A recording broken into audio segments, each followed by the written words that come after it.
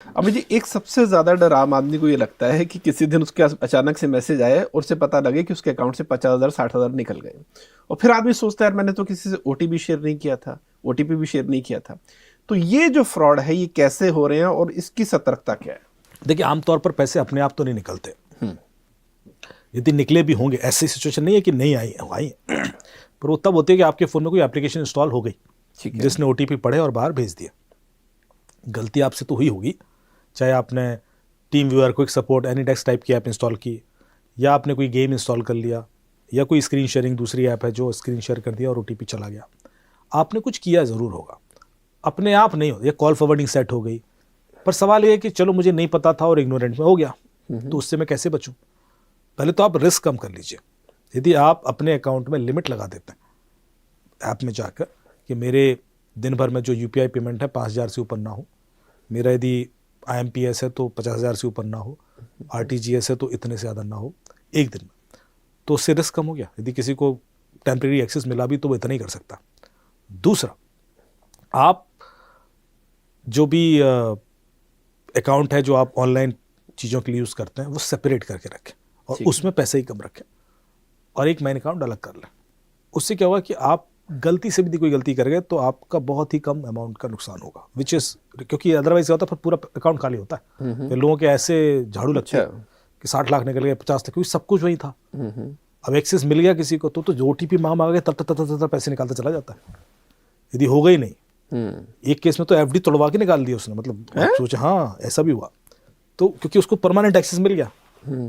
तो ऐसे में यदि नहीं होंगे एक ही अकाउंट में, सारे अकाउंट एक साथ तो हैक नहीं होंगे ना। सही बात है। तो वो एक रिस्क कम करने का तरीका मैं बताता हूँ कि आप डिवाइड और रूल वाला फॉर्मूला इस्तेमाल करें, लेकिन ये मान के चलें कि कभी अपने आप नहीं निकलेंगे पैसे। यदि आपने, जो मैंने तरीके बताए हैं, कि यदि आपने ऐप इंस्टॉल नहीं किया अपने फ़ोन में कोई, यदि आपने कोई लिंक क्लिक नहीं किया है, यदि आपने कोई किसी के कहने पर कोई कोड डायल नहीं किया अपने फ़ोन से, *62* मोबाइल नंबर हैश, जिससे कि कॉल फॉरवर्डिंग हो जाती है और आपके ओटीपी आने वाले को चले जाते हैं, तो पैसे नहीं निकल सकते। तो आमतौर पर वो कौन से फ्रॉड हैं या हैकर क्या करते हैं कि आपको ट्रिक कर लेते हैं और आपको पता नहीं लगता कि आपने किसी ऐसे लिंक पे क्लिक कर दिया या कोई ऐसी इन्फॉर्मेशन दे दी?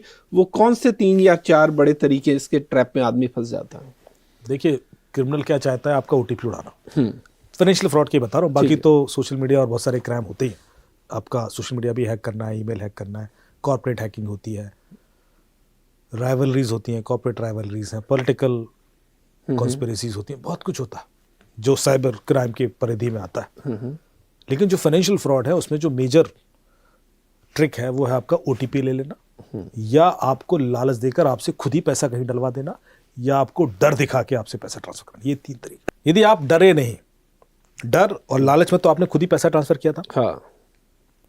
यदि आप डरते नहीं है और चेक कर ले लगते हैं और वेरीफाई करते हैं तो आप बच गए। यदि आप लालच में नहीं आए कि देखो पैसा डबल हो रहा है, ट्रिपल हो रहा है, कि आप इतना ज़िंदगी जी चुके हैं, सबको पता है ऐसे पैसा बढ़ता होता तो सभी नहीं बना लेते, सभी नहीं बना लेते, सही बात। लेकिन लोग फिर भी कन्विंस हो जाते हैं। यदि उसमें नहीं आए तो आप उस अटैक वेक्टर से बच गए। अब बचता है कि यदि ओटीपी ही ना चला जाए, जो मेजर, तो 12 तरीके हैं ओटीपी चुराने के। सबसे पहला तरीका है कॉल मर्जिंग टेक्निक, जिसमें कॉलर आपको फ़ोन पर लेकर आपके ओटीपी का कॉल आपसे इस वाली कॉल में मर्ज करवा लेता, बातों बातों में। लाइक आपको कॉल आता है कि सर अमित जी ने नंबर दिया आपका, आप बातचीत शुरू कर देंगे। ठीक है। सर वो परसों भारत मंडपम में इवेंट है, हम चाहते हैं आप और अमित जी के बीच में एक फायर साइड चैट हो जाए। हाँ ठीक है।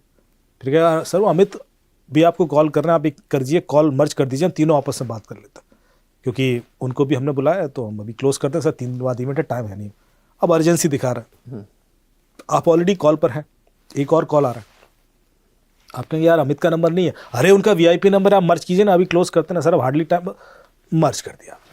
जैसे आप मर्ज करेंगे आपके अकाउंट से पैसे निकल जाएंगे, या आपका व्हाट्सएप हैक हो जाएगा, या आपका कुछ हैक हो जाएगा, जीमेल या कुछ।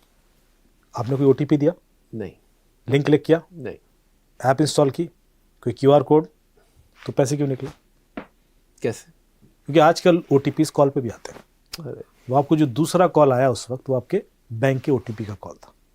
जैसे आपने कॉल मर्ज किया, क्रिमिनल ने वो ओटीपी सुन लिया, he was ready to apply, he applied and boom. जब तक आपको रियलाइज होगा नहीं इसमें तो ओटीपी बोला गया, आप कर क्या लोगे? आपके पास कोई ऐसी पावर नहीं है कि आप किसी को कॉल करके बोलो वो ओटीपी रोको, वो तो लग गया ओटीपी, इसकी तो वैलिडिटी 10 सेकंड की है। तो एक तो ये तरीका है।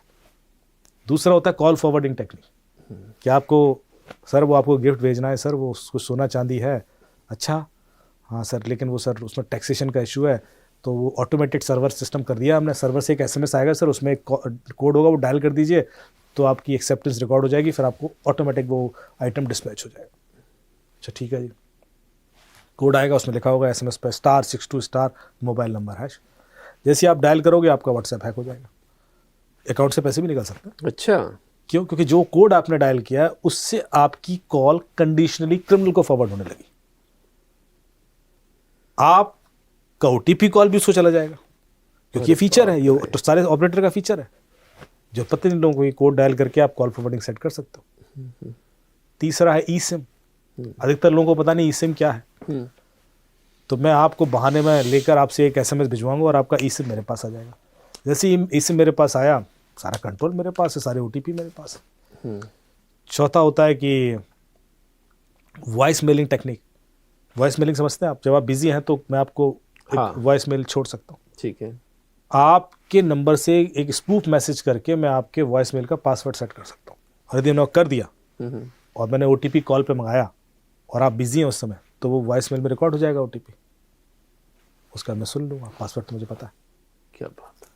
फिर आता है, तो ऐसे बहुत सारे स्क्रीन शेयरिंग है, जैसे कि मैंने आपको बोला था जो ऐप होती है क्विक सपोर्ट, एनीडेक्स, टीम व्यूअर, जिससे आपका स्क्रीन शेयर हो जाता है, उससे ओटीपी निकल जाता है। आजकल व्हाट्सएप में भी स्क्रीन शेयर हो जाता है, तो मैं व्हाट्सएप पे बहाने से लिंक भेजकर स्क्रीन शेयर करवा के वो ओटीपी उड़वा लूँगा।